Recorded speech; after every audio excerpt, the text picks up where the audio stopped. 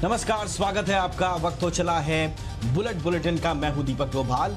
Bullet bulletin में हम आपको दिखाते हैं कोरोना से जुड़े अपडेट, देश दुनिया की खबरें, साथ ही साथ कारोबार और बिजनेस जगत की खबरें फटाफट अंदाज में। आइए शुरू करते हैं आज का बुलेट बुलेटिन।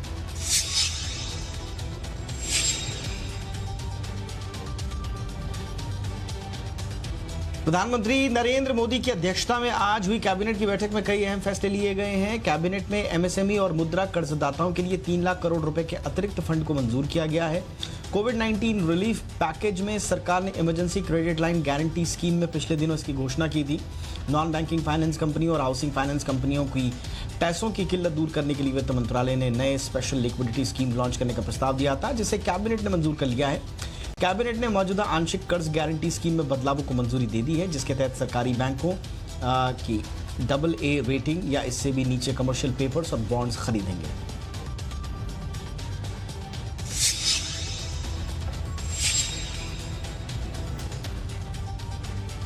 सरकार ने पिछले दिनों आत्मनिर्भर भारत के लिए जो पैकेज घोषित किए थे, उनसे जुड़ी मंजूरियां आज कैबिनेट में दे दी गई हैं। कैबिनेट में लॉकडाउन की वजह से दूसरे राज्यों में फंसे प्रवासी मजदूरों की राशन की व्यवस्था के लिए आत्मनिर्भर भारत पैकेज को मंजूरी दे दी गई है। मछुआरों की स्थिति सुधारने के लिए कैबिनेट ने प्रधानमंत्री मत्स्य संपदा योजना को हरी झंडी दे दी है। कैबिनेट ने असंगठित फूड प्रोसेसिंग कंपनियों को संगठित करने के लिए चलाई जा रही स्कीम को भी मंजूरी दी है। ये स्कीम 10,000 करोड़ रुपए की है। कैबिनेट ने हिंदुस्तान ऑर्गेनिक केमिकल्स के ब्याज को माफ करने के लिए भी मंजूरी दे दी है। सीनियर सिटीजन्स के लिए इनकम सिक्योरिटी की प्रधानमंत्री वय वंदना योजना को 3 साल बढ़ाकर 2023 तक करने को मंजूरी दे दी गई है। ये स्कीम इस साल 31 मार्च को खत्म हो गई थी।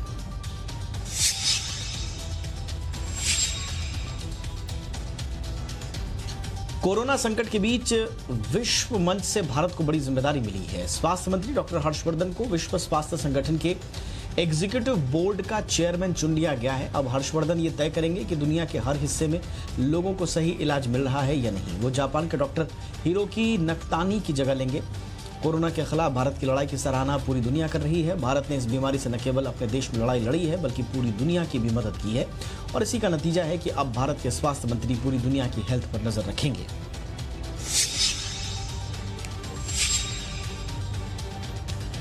1 जून से टाइम टेबल के हिसाब से रोजाना 200 नॉन एसी ट्रेनें शुरू की जाएंगी। नॉन एसी सेकंड क्लास ट्रेनों के लिए बुकिंग ऑनलाइन तरीके से होगी। इस ट्रेन से कोई भी व्यक्ति सफर कर सकेगा। भारतीय रेलवे जल्द ही इन ट्रेनों की सूची जारी करेगी और टिकट बुकिंग सुविधा शुरू करेगी। रेलवे इसके अलावा प्रवासी श्रमिकों के लिए भी रेलगाड़ी की सुविधाओं को बढ़ाने जा रही है। रेल मंत्री पीयूष गोयल ने बताया कि आज के दिन 200 ट्रेनें चलाई जा रही हैं। आगे चलकर इनकी संख्या और बढ़ाई जाएगी। उन्होंने राज्य सरकारों से अपील की है कि श्रमिकों की सहायता करें, उन्हें नज़दीकी मेन लाइन स्टेशन के पास रजिस्टर कर लिस्ट रेलवे को दें, जिससे रेलवे श्रमिक ट्रेन चलाए। और श्रमिकों से भी अपील की है उन्होंने कि वो अपनी जगह पर ही रहें। बहुत जल्द रेलवे उन्हें उनकी मंजिल तक पहुंचा देगी।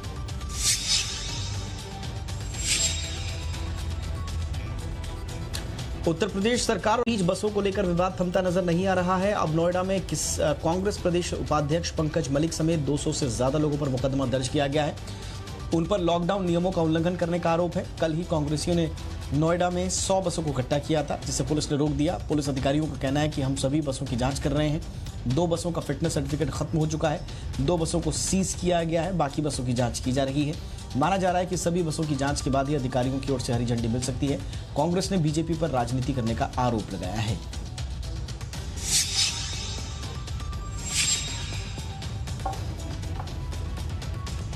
कांग्रेस अध्यक्ष सोनिया गांधी ने 22 मई को विपक्षी दलों की वीडियो कॉन्फ्रेंसिंग के माध्यम से एक बैठक बुलाई है, जिसमें कोरोना वायरस के बीच प्रवासी श्रमिकों की हालत और मौजूदा संकट से निपटने के लिए सरकार की ओर से उठाए गए कदमों और आर्थिक पैकेज के मुख्य रूप पर चर्चा होगी। सूत्रों के मुताबिक सोनिया गांधी विपक्षी दल के नेताओं की बैठक की अध्यक्षता करेंगी। सूत्रों का कहना है कि करीब 17 राजनीतिक दलों ने इस बैठक में शामिल होने पर सहमति जाहिर की है। समाजवादी पार्टी और बहुजन पार्टी ने अब तक बैठक में शामिल होने की पुष्टि नहीं की है। ये बैठक शुक्रवार को 3 बजे बुलाई गई है। बैठक में कुछ राज्यों में श्रम कानूनों के हालिया बदलावों को लेकर भी चर्चा हो सकती है। पश्चिम बंगाल की मुख्यमंत्री ममता बनर्जी ने कहा कि वो इस बैठक में शामिल होंगी।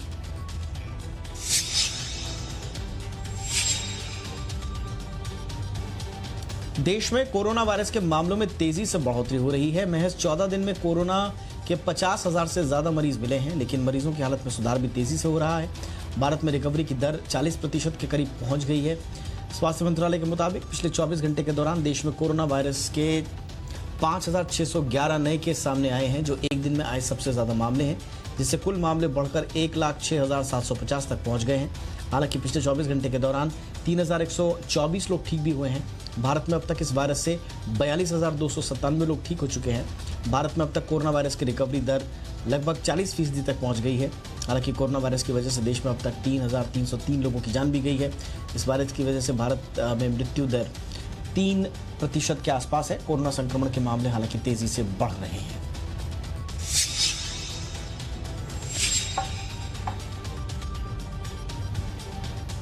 महाराष्ट्र में बीते 24 घंटों में कोरोना संक्रमण के 2127 नए मामले सामने आए हैं, जिसके बाद राज्य में कुल मरीजों की संख्या 37,158 पहुंच गई है। इसमें मुंबई में 1,411 नए मामले दर्ज हुए हैं, जिससे कुल संक्रमित मरीजों का आंकड़ा 22,563 तक पहुंच गया है। अब तक 800 संक्रमितों की मौत हो चुकी है। महाराष्ट्र में पुलिसकर्मियों पर कोरोना कहर बनकर टूटा है। महाराष्ट्र पुलिस में अब तक राज्य के 1,388 पुलिसकर्मी कोरोना संक्रमित पाए गए हैं। इनमें से 948 मामले सक्रिय हैं। अब तक 428 पुलिसकर्मी स्वस्थ होकर घर जा चुके हैं। 12 की मौत भी हुई है। कुल पुलिसकर्मियों में कोरोना संक्रमण के 55 नए मामले सामने आए थे। महाराष्ट्र में कोरोना से अब तक 1,325 लोगों की मौत हो चुकी है।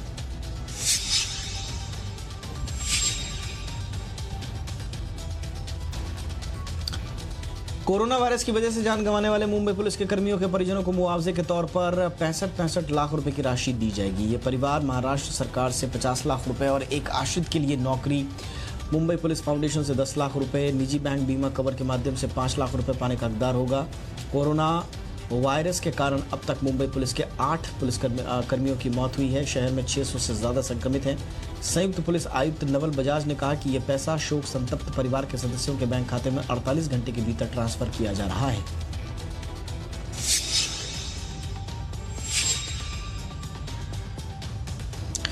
इस बीच दिल्ली में लगातार दूसरे दिन 500 से ज़्यादा कोरोना के मामले सामने आए हैं। बीते 24 घंटे में दिल्ली में कोरोना वायरस के कुल 534 मामले सामने आए हैं, जो दिल्ली में अब तक का सबसे बड़ा आंकड़ा है। इसी के साथ अब दिल्ली में कोरोना वायरस के केस का कुल आंकड़ा 11,000 को पार कर गया है।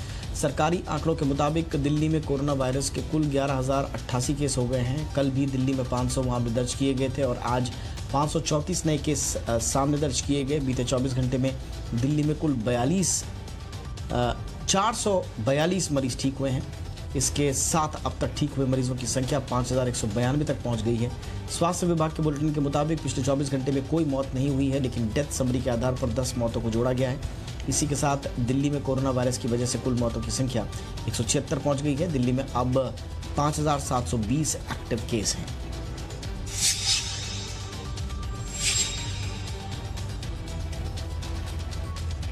बात बाजार की कर लेते हैं। आज बाजार दिन के ऊपरी स्तर पर बंद हुआ। बीएसई के सभी सेक्टर इंडेक्स में खरीदारी देखने को मिली है। सेंसेक्स आज 622 अंक और निफ्टी 187 अंक चढ़कर बंद हुआ। बैंक निफ्टी में 12 से 9 शेयरों में खरीदारी रही। वहीं निफ्टी में 50 में से 43 शेयरों में खरीदारी रही। सेंसेक्स के 30 में से 26 शेयरों में खरीदारी दिखी। आज फार्मा, एनबीएफसी, रियल्टी, निजी बैंक के शेयरों में अच्छी तेजी देखने को मिली। आज निफ्टी में चढ़ने वाले Shri cement, HDFC, doctor Reddy's, Mahindra and Mahindra शामिल रहे, जबकि वेदांता, भारतीय एयरटेल, हीरो मोटोकॉर्प में गिरावट रही।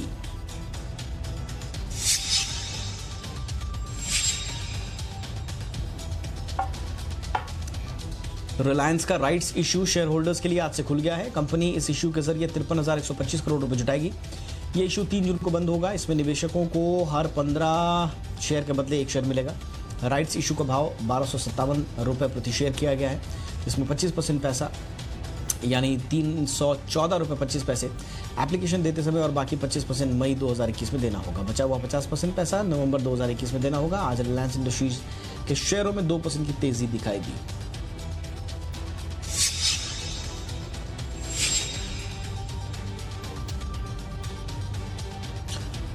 सोने चांदी की आज की शुरुआत अच्छी हुई और शुरुआती कारोबार में चांदी 49,500 रुपये तक भी गई, लेकिन दोपहर के बाद मुनाफा वसूली से चांदी 49,000 रुपये से नीचे लुढ़क गई। वहीं सोने की भी शुरुआती तेजी अब गायब होती दिखी, लेकिन सोना 47,000 रुपये के ऊपर अभी भी कारोबार करता नजर आया। दुनिया में जारी ग्लोबल मंदी की वजह से सोने चांदी की कीमतों को सपोर्ट मिल रहा है। हर गिरावट लोग सोने में पैसा लगा रहे हैं। गिरावट में यही वजह है कि साल भर में 50% से बड़ी की तेजी के बाद भी सोना लोगों के आकर्षण का केंद्र बना हुआ है। साथ ही गोल्ड एक्सचेंज ट्रेडेड फंड की तरफ से जारी खरीदारी ने भी सोने में तेजी बनाई है।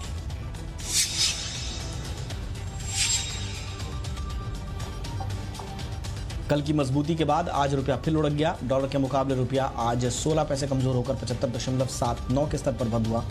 रुपया आज एक दायरे में ही कारोबार करता नजर आया। डॉलर के मुकाबले रुपया 75.55 और 75.86 के रेंज में ही ट्रेडिंग करता नजर आया। रुपए की शुरुआत आज मजबूती के साथ हुई। रुपया आज 6 पैसे मजबूत होकर 75.60 पर खुला था। कल रुपया 75.66 पर बंद हुआ था।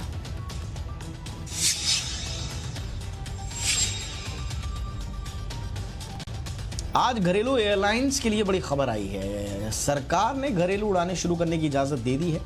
विमानन मंत्रालय की ओर से जारी आदेश के मुताबिक 25 मई से घरेलू उड़ानों की शुरुआत होगी। सभी एयरपोर्ट्स पर और एयर कैरियर्स को इस बारे में सूचित किया गया है कि वो सेवाएं शुरू करने के लिए तैयार रहें। विमानन मंत्रालय ने भी कहा है कि घरेलू सेवाओं के शुरू करने के साथ साथ सोशल डिस्टेंसिंग समेत सभी नियमों का पालन करना होगा। यात्रियों और स्टाफ को मास्क पहनना जरूरी होगा। 25 मार्च को लॉकडाउन के ऐलान के बाद से ही हवाई सेवाएं बंद हैं और एयरलाइंस की माली हालत खराब है।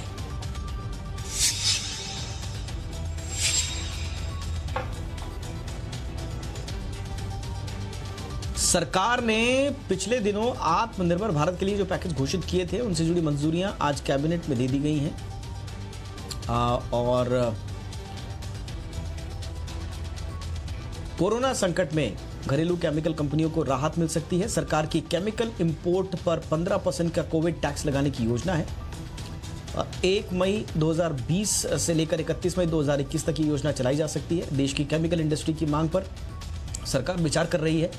अप्रैल 2019 से जनवरी 2020 के बीच भारत ने 868 करोड़ डॉलर से ज्यादा का इंपोर्ट किया है। इसमें भी कुल इंपोर्ट का 14% शिपमेंट केवल चीन से किया गया है। सरकार के टैक्स लगाने के बाद केमिकल सप्लाई के लिए चीन पर निर्भरता कम होने की उम्मीद है।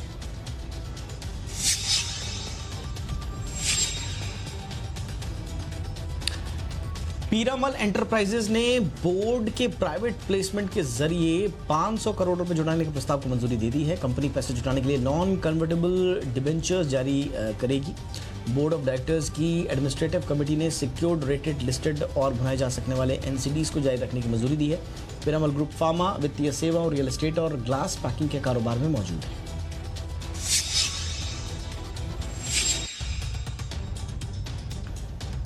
कोरोना संकट में लोगों की नौकरियां जा रही हैं। कैब सेवाएं देने वाली कंपनी ओला ने 1400 लोगों की छंटनी का ऐलान किया है। ओला के सीईओ ने कर्मचारियों के लिए एक नोट जारी कर कहा है कि पिछले 2 महीनों में कंपनी के रेवेन्यू में 95% की गिरावट आई है। सीईओ ने अपनी चिट्ठी में लिखा है कि आगे आने वाला समय चुनौतीपूर्ण है। इस महामारी से हमारे लाखों ड्राइवर्स और उनके परिवार वालों की जिंदगी पर असर पड़ा है, इसलिए कंपनी को ये छंटनी करने का फैसला करना पड़ा है।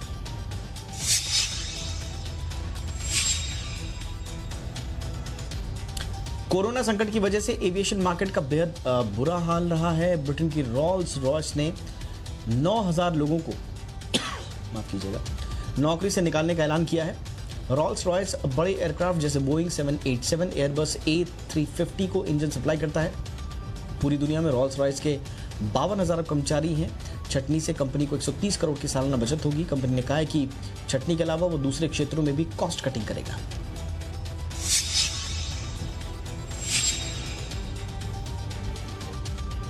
Hyundai ने अपनी मिड साइज सेडान वेरना का नया वर्जन लॉन्च किया है। इसकी दिल्ली में एक शोरूम कीमत 9,30,000 से लेकर 15,09,000 रुपए के बीच है। Hyundai ने इसे स्पिरिटेड न्यू वर्ना नाम दिया है। वर्ना का नया वर्जन BS6 कंप्लायंट है और ये 3 इंजन ऑप्शन 1.5 लीटर पेट्रोल और डीजल की और 1 लीटर पेट्रोल टर्बो इंजन में मिलेगा। पुराने मॉडल के मुकाबले नई वेरना ज़्यादा बोल्ड और आकर्षक है। इसमें इंटेलिजेंट टेक्नोलॉजी, एडवांस परफॉर्मेंस और नए फीचर शामिल किए गए हैं। नई वेरना कार में कई नए फीचर्स मिलेंगे जैसे कि front ventilated seat, tyre pressure monitoring system, HD display के साथ टच स्क्रीन, वायरलेस चार्जर और इलेक्ट्रिक सनरूफ।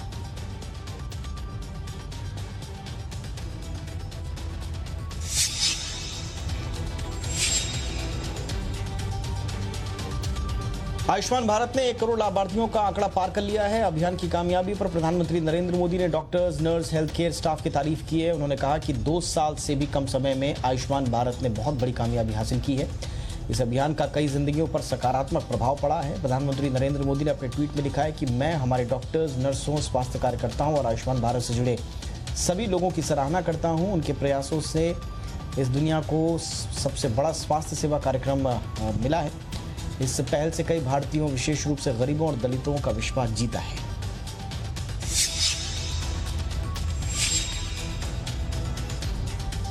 विदेशों से भारतीयों को लाने के लिए वंदे भारत मिशन चलाया जा रहा है। इसके तहत एयर इंडिया विदेशों में फंसे भारतीयों को ला रही है। इस मिशन में अब निजी एयरलाइंस को भी जोड़ा जा सकता है। निजी एयरलाइंस के साथ हुई बैठकों के बाद सरकार ने कंपनियों से इस मिशन पर जुड़ने की राय मांगी। मिली जानकारी के मुताबिक स्पाइसजेट, इंडिगो और विस्तारा ने इस मिशन से जुड़ने में अपनी रुचि दिखाई है। लॉकडाउन की वजह से एयरलाइन सेवाएं अभी बंद हैं। विमान मंत्री एच पुरी साहब ने इस सिलसिले में कहा कि उड़ानें शुरू करने का फैसला केंद्र सरकार और विमान मंत्रालय को नहीं लेना है, बल्कि राज्यों को लेना है। राज्यों को उड़ानों की इजाजत देनी होगी।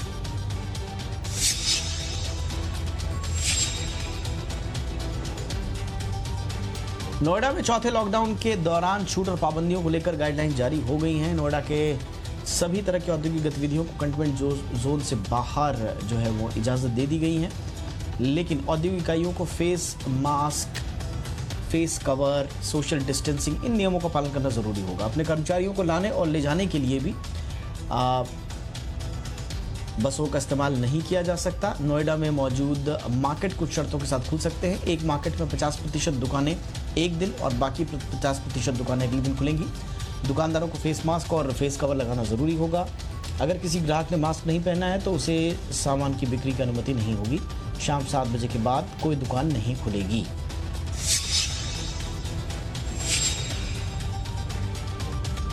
सदी के सबसे बड़े तूफान अम्फान ने जबरदस्त तबाही मचाई है। आज दोपहर तूफान अम्फान ओडिशा के तट से टकराया। इस तूफान पर एनडीआरएफ के महानिदेशक एसएन प्रधान ने बताया कि अम्फान तूफान ओडिशा के तट से टकराना शुरू हो गया। उन्होंने बताया कि तूफान पर हमारी नजर बनी हुई है। राज्य सरकारों से मिले आंकड़ों के मुताबिक पश्चिम बंगाल में 5 लाख और ओडिशा में करीब 1.5 लाख लोगों को तूफान अम्फान से बचाने के लिए तटीय इलाकों से निकालकर सुरक्षित स्थानों पर लाया गया है। मौसम विभाग ने बताया कि चक्रवात अम्फान ने दोपहर 2:30 बजे के करीब पश्चिम बंगाल में दीघा और बांग्लादेश के हटिया द्वीप के बीच दस्तक दी। तेज बारिश और तूफानी हवाओं के साथ चक्रवात और भीषण हो गया। मौसम विभाग ने चक्रवात के आने के समय की इसकी रफ्तार 160 से 170 किलोमीटर प्रति घंटा बताई है।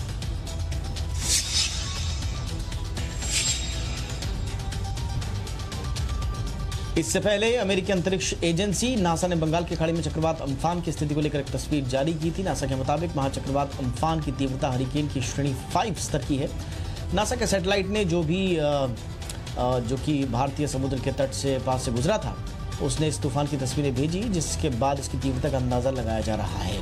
नासा के मुताबिक ये तूफान 16 मई को बंगाल की खाड़ी के दक्षिण पूर्व से उठा है। ये चक्रवात था जिसने रात में हरिकेन जैसा रूप ले लिया। अम्फान को उम्पन भी कहा जाता है, जिसका मतलब आसमान है। इसको साल 2004 में थाईलैंड में नाम दिया गया था। आने वाले तूफानों के नाम निसर्गा, गति, नीवर, बुरेवी और तोक्ते होगा।